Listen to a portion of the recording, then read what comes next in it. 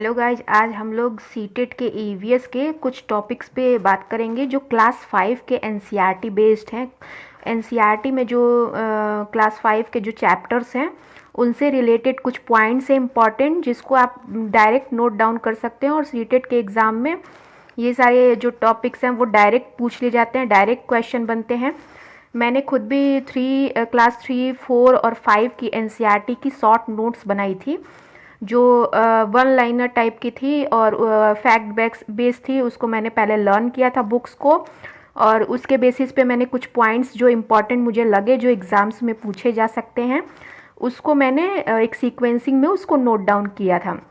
वो सारे पॉइंट्स जो हैं उसको मैं आप लोग के साथ शेयर कर रही हूँ ताकि आपको बुक्स रीड ना करना पड़े, और वो डायरेक्ट जो फैक्ट्स हैं उसको आप एक बार अपने माइंड में बैठा लीजिएगा, ताकि अगर क्वेश्चंस डायरेक्ट पूछे जाएंगे, जैसे 50 क्वेश्चंस तो पेडागॉगी के होते हैं, बट 50 क्वेश्चंस जो होते हैं वो एनसीईआरटी बेस्ड जो उसके ईवीएस के बुक्स होते हैं 3, 4, 5 के, उसमें उससे डायरेक्ट पूछ लिए जाते हैं। तो 1 to 5 जो प्राइमरी लेवल है उसके लिए ये वीडियो जो है आपके लिए बेनिफिट होगा रिवीजन के लिए, तो आप इसे देख सकते हैं।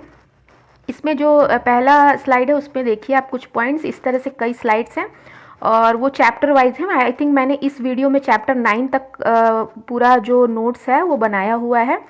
उसके बाद के जो वीडियोस होंगे वो आगे के चैप्टर्स होंगे, और क्लास 5 में आई थिंक 22 चैप्टर्स हैं। इसी तरह क्लास 3 और 4 के भी मैं वीडियोस बनाऊंगी, तो आप इस चैनल पे बने रहें। इसमें पहला पॉइंट है, मछलियाँ खतरे की चेतावनी एक दूसरे को बिजली तरंगों से देती हैं। दूसरा पॉइंट, कुछ जानवर तूफान या भूकंप आने से अजीब हरकतें करने लगते हैं। जो लोग जंगल में रहते हैं और जानवरों के इस व्यवहार को समझते हैं वे जान लेते हैं कि भूकंप आने वाला है या कुछ अनहोनी होने वाली है। तीसरा पॉइंट, जंगल में ऊंचे पेड़ पर बैठा लंगूर पास आती मुसीबतों जैसे शेर, चीता को देखकर एक खास आवाज निकालकर अपने साथियों को संदेश देता है। इस काम के लिए पक्षी भी खास आवाजें निकालते हैं। कुछ जानवरों के सोने का समय, जिसमें है हाथी का 2 घंटे, जिराफ का 2 घंटे, गाय का 4 घंटे, बिल्ली का 12 घंटे, और स्लॉथ जो होता है, जो भालू जैसा होता है पेड़ों पे ऐसे लटक के और वो अपने उसके पत्तियों को, पेड़ों के पत्तियों को खाता है, उसका 17 घंटे, अजगर का 18 घंटे। इसको आप याद रखिएगा। नेक्स्ट स्लाइड में है कि जानवरों में भी देखने, सुनने और सूंघने और महसूस करने की शक्ति होती है। कोई जानवर मीलों दूर से शिकार को देख लेता है तो कोई हल्की हल्की आहट के भी सुन लेता है। कोई जानवर अपने साथी को सूंघ कर ढूंढ लेता है। कैसे पहचाने साथी को?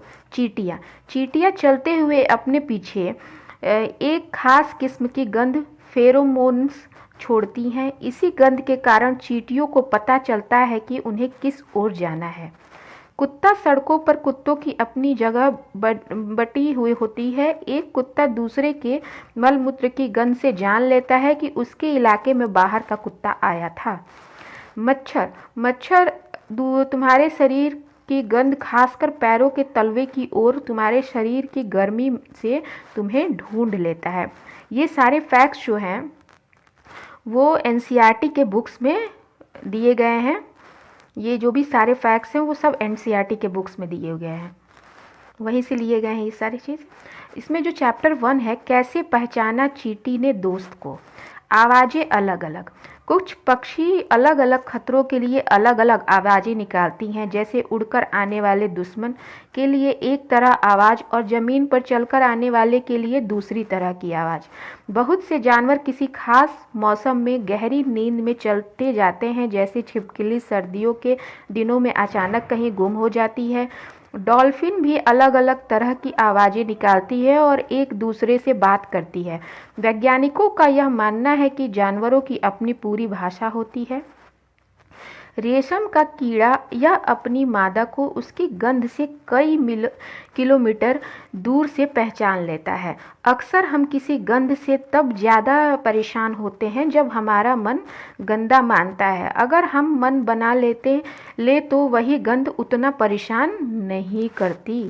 स्लॉथ, स्लॉथ के बारे में जैसा मैंने बताया, ये जिस पेड़ पर रहते हैं उसी के पत्ते खाकर पलते हैं, इसलिए इन्हें कहीं और जाने की ज़रूरत नहीं पड़ती। ये सप्ताह में एक बार ही शौच करने के लिए पेड़ से नीचे उतरते हैं। ये भालू जैसे दिखते हैं पर भालू नहीं है। ये दिन के करीब 17 घंटे पेड़ों से उल्टे सिर लटककर मस्ती में सोते रहते हैं। जैसा कि पीछे आपने स्लाइड में देखा कि ये 17 से 18 घंटे तक सोते हैं। जब ये अब पेड़ के पत्ते खा लेते हैं तभी वे पास के पेड़ पर जाते हैं।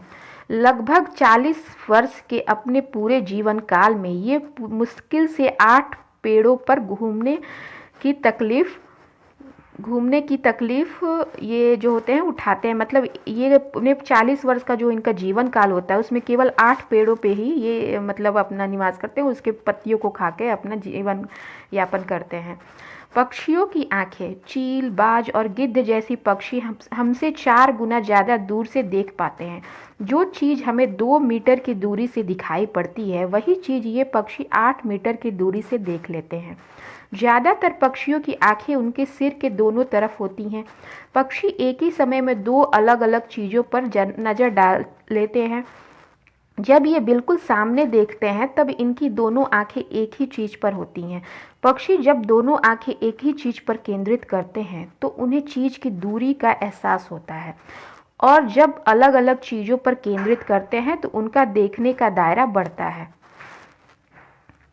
ज़्यादातर पक्षियों की आंखों की पुतली घूम नहीं सकती, वे अपनी गर्दन घुमाकर ही आसपास देखते हैं। आमतौर पर माना जाता है कि दिन में जागने वाले जानवर कुछ रंग देख पाते हैं, रात में जागने वाले जानवर हर चीज़ को सफ़ेद और काली ही देखते हैं। सांप के बाहरी कान नहीं होते, जमीन पर हुए कंपन को ही वह सुन पाते हैं। बाघ की मूंछ हवा में हुए कंपन को भांप लेती है और उसे शिकार की बिल्कुल सही स्थिति का पता चल जाता है। इससे इन्हें अंधेरे में रास्ता ढूंढने में भी मदद मिलती है। बाघ अंधेरे में हमसे 6 गुना बेहतर देख सकता है। बाघ हवा से पत्ते के हिलने और शिकार के झाड़ियों में हिलने से हुई आवाज़ में अंतर को भांप लेता है। बाघ के दोनों कान बाहर की आवाज़ इकट्ठा करने के लिए अलग अलग दिशाओं में बहुत ज़्यादा घूम भी जाते हैं। बाघ अनेक इलाके में मूत्र और अपनी गंध छोड़ते जाते हैं। यह इलाका कई किलोमीटर बड़ा हो सकता है। एक बाघ किसी दूसरे बाघ के मूत्र की गंध को झट पहचान लेता है, फिर उस इलाके में घुसना है या नहीं यह तो उस बाघ की मर्जी होती है। कस्तूरी हिरण को थोड़ी सी खुशबू के लिए मारा जाता है। जानवरों को मारने वाले लोगों को शिकारी कहते हैं। हाथी को उसके दांतों, गेंडों को सींग, शेर, मगरमच्छ और सांप को उनकी खाल के लिए मार दिया जाता है, जो बहुत गलत बात है। जैसे उत्तराखंड का जिम कॉर्बेट नेशनल पार्क और राजस्थान के भरतपुर जिले में घाना, इस जंगलों में ये आपको नेशनल जो पार्क है उसको भी मैं एक वीडियो में करवाऊंगी।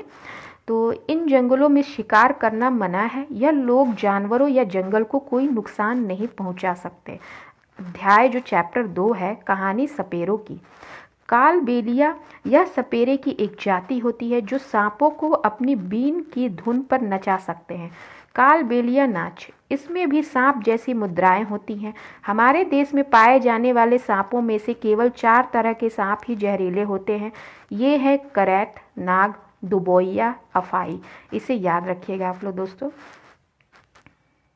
सांपों की पिटारी कावड़ जैसी दिखती है। सांप के डंक के निशान से यह जानने की कोशिश की जाती है कि किस सांप ने काटा है। सांप जब किसी को काटता है तो उसके 2 खोखले जहर वाले दांतों से उस व्यक्ति के शरीर में जहर चला जाता है।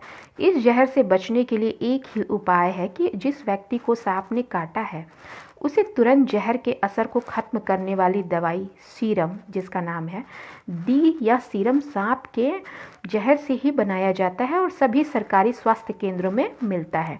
सांप किसान के दोस्त होते हैं। सांप ना हो तो खेतों में फसलों को चूहा से कौन बचाएगा। बिन पार्टी के बाजे, बिन तुम्बा, खजरी और ढोल के अलावा तीनों बाजे सूखी लौकी से बनाए जाते हैं। अध्याय 3, चैप्टर 3 जो है वो चखने से पचने तक। आम तौर पर हमारे पेट के अंदर लगभग 30 सेंटीग्रेड तापमान होता है। हमारे पेट का पाचक रस एसिड अम्ल की तरह होता है। ओडिशा का काली हांडी जिला, एक तरफ को तो काला हांडी में सबसे अधिक चावल पैदा किया जाता है और दूसरे राज्यों में बेचा जाता है। दूसरी तरफ काला हांडी के करीब कई गरीब भूखमरी से मर रहे हैं। कई बार तो यहाँ धान गोदामों में पड़ा सड़ भी जाता है। चैप्टर 4, आम खाएं बारह महीने। अत्रयपुरम गांव आंध्र प्रदेश में है। मामिडी तांड्रा जो है आम पापड़ के लिए मतलब प्रसिद्ध है। आम पापड़ बनाने के लिए ज़रूरत की चीज़ें: चटाई, कुजैनी, पेड़ के डंडे, नारियल से बनी रस्सी, गुड़ की और चीनी।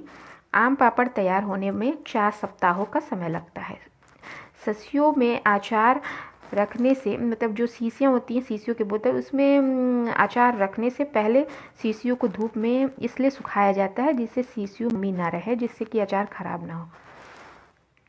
चीज़ें घरेलू उपाय: पके हुए चावल एक कटोरी में डालकर पानी के बर्तन में रखते हैं। हरा धनिया गीले कपड़े में लपेट कर रखते हैं। प्याज लहसुन खुले में रखते हैं, नमी से बचाकर। दूध उबालते हैं ताकि उसमें जो बैक्टीरिया है वो मर जाए और दूध जो है वो ख़राब ना हो। राजस्थान के जैसलमेर जिले में 650 साल पुराना तालाब है जिसे घड़सीसर के नाम से जाना जाता है। इसे जैसलमेर के राजा घड़सी ने लोगों के साथ मिलकर बनवाया था। इसमें 9 तालाब एक दूसरे से जुड़े थे। अल बिरूनी जिस देश से भारत आए थे उसे आजकल उज्बेकिस्तान कहते हैं। अल बिरूनी ने उस समय के तालाबों के बारे में लिखा है: बहुत बड़े बड़े भारी पत्थरों को लोहे के कुंडों और सरियों से जोड़कर तालाब के चारों तरफ चबूतरे बनाए जाते हैं। उत्तराखंड में पानी से जुड़ी एक रिवाज है: जो ब्याह के बाद नई दुल्हन आती है वह झरने या तालाब पर जाकर सिर झुकाती है। बावड़ी को सीढ़ीदार कुआं भी कहते हैं। कौन कहाँ से आए? मिर्ची को पुर्तगाल देश के व्यापारी दक्षिण अफ्रीका से भारत लाए थे। चाय असम से आया था। सोयाबीन चीन से। भिंडी कॉफ़ी अफ्रीका से। गोभी मटर यूरोप से। बैंगन मूली सेम करेला आम संतरा बेल केला पालक परवल टिंडा और मेथी देसी हैं। चैप्टर 6 में बूंद बूंद दरिया दरिया। कुओं के सूखने के कारण कई जगह मोटर लगाकर जमीन का पानी निकाला जा रहा है। तालाब जिनमें बारिश का पानी इकट्ठा होता था अब नहीं रहे। पेड़ों के आसपास और पार्क में भी जमीन को पक्का कर दिया गया है। तरुण भारत संघ नामक संस्था पानी के इंतजाम से जुड़ी है। दंडकी माई यह राजस्थान के अलवर जिले के एक गांव में रहती हैं। इनके तरुण भारत संघ के साथ मिलकर अपने गांव में तालाब बनवाया। चैप्टर जो 7 है पानी का प्रयोग दांडी यात्रा। यह घटना 1930 की है। भारत की आज़ादी से पहले बहुत सालों से अंग्रेजों ने आम लोगों के नमक बनाने पर रोक लगाई हुई थी। ऊपर से नमक पर भारी टैक्स भी लगा दिया था। इस कानून से तो लोग अपने घर के इस्तेमाल के लिए भी नमक नहीं बना सकते थे। गांधी जी ने लोगों के साथ मिलकर अहमदाबाद से दांडी यात्रा समुद्र तट तक एक लंबी यात्रा की और इस गलत कानून को तोड़ा। नमक कैसे बनाया जाता है? समुद्र के पानी को जमीन पर क्यारियों में भर दिया जाता है। तेज धूप में पानी सूख जाता है और नमक के ढेर वहीं रह जाते हैं। राजस्थान के जैसलमेर जिले में 650 साल पुराना तालाब है और घड़सीसर के नाम से जाना जाता है, जिसे जैसलमेर के राजा घड़सी ने लोगों के साथ मिलकर बनवाया था। ये स्लाइड मुझे लग रहा है ये पहले भी हो गया है, तो आप लोग वहाँ से नोट कर लीजिएगा, ये रिपीट हो गया है। नमक कैसे बनाया जाता है? नमक समुद्र के पानी को ज़मीन पर क्यारियों में भर दिया जाता है। तेज धूप से वो पानी सूख जाता है और नमक के ढेर वहीं रह जाते हैं। और मृत सागर, वैसे तो सभी सागरों के पानी में नमक होता है, लेकिन मृत सागर है इतना नमकीन कि लगभग 1 लीटर पानी में 300 ग्राम नमक निकलता है। क्या इतना नमकीन पानी चख भी पाओगे? बहुत ही कड़वा लगेगा। सबसे मज़े की बात तो यह है कि मृत सागर में हम ऐसे तैर सकते हैं जैसे आराम से लेटे हो। अध्याय जो 8 है वो मच्छरों की दावत। मलेरिया मादा मच्छर एनोफिलीज से फैलता है, ये इम्पॉर्टेंट है। आप लोग इसको ध्यान रखिएगा। मलेरिया की दवाई बहुत पुराने समय से सिनकोना पेड़ की छाल से बनाई जाती है। पहले तो लोग छाल को उबालकर और छानकर ही इस्तेमाल करते थे, लेकिन अब छाल से दवाई बनाते हैं। माइक्रोस्कोप से एक चीज़ 1000 गुना बड़ी दिखती है, अनीमिया। खून में हीमोग्लोबिन या आयरन की कमी से अनीमिया रोग हो जाता है। आयरन की कमी को पूरा करने के लिए गुड़, आंवला और हरी पत्तेदार सब्जियां खानी चाहिए। इनमें आयरन यानी लोहा होता है। अनीमिया से ग्रसित बच्चों की शारीरिक और दिमागी तंदुरुस्ती पर असर होता है। इस कारण बच्चे ठीक से बढ़ नहीं पाते और उनमें फुर्ती भी कम होती है। जो कुछ पढ़ाया जाता है उसे समझने में भी परेशानी होती है। मलेरिया, डेंगू, चिकनगुनिया से बचाव के तरीके। आसपास पानी इकट्ठा जमा ना होने दें, गड्ढों को भर दें, पानी के बर्तन, टंकी, कूलर को साफ रखें, हर हफ्ते सुखाएं। अनीमिया से ग्रसित बच्चों को शारीरिक और दिमागी तंदुरुस्ती पर असर होता है। इस कारण बच्चे ठीक से बढ़ नहीं पाते और उनमें फुर्ती में भी कमी होती है। जो कुछ पढ़ाया जाता है उसे समझने में भी परेशानी होती है। मलेरिया, डेंगू, चिकनगुनिया से बचाव के तरीके। आसपास पानी इकट्ठा जमा ना होने दें, गड्ढों को भर दें, पानी के बर्तन, टंकी, कूलर को साफ रखें, हर हफ्ते सुखाएं, मच्छरदानी का इस्तेमाल करें, गड्ढों में भरे पानी में मिट्टी का तेल छिड़कें। मच्छर पानी में अंडे देते हैं, इन्हें लार्वे कहते हैं, या भूरे से रंग के कीड़े पानी में तैरते रहते हैं। रोनाल्ड रॉस जो थे, उन्होंने पता लगाया कि मलेरिया का वाहक मच्छर है। रोनाल्ड ने दिसंबर 1902 में चिकित्सा के क्षेत्र में बड़ा पुरस्कार मिला, नोबेल पुरस्कार इनको मिला था। जो चैप्टर 9 है वो डायरी, कमर सीधी ऊपर चढ़ो। Nehru institute of mountaineering, Uttarkashi.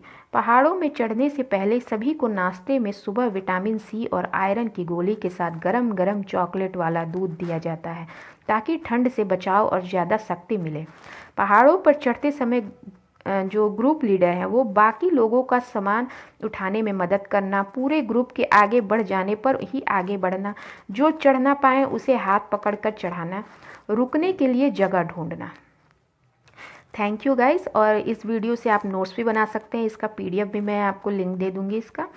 और आगे भी आने वाले जो वीडियोस होंगे उसमें मैं इसी तरह चैप्टर 5 के बाकी जो 22 चैप्टर्स हैं, 9 हो गए, और बाकी जो 13 चैप्टर्स हैं वो मैं इस आगे के वीडियोस में करवाऊंगी। और क्लास 3 और 4th के भी इसके बाद मैं कंटिन्यू करूंगी, और कुछ क्वेश्चंस के भी मैं वीडियोस ले आऊँगी इसके बाद, जो फैक्ट बेस ही होंगे, तो आप इस पर बने रहें। Thank you for watching.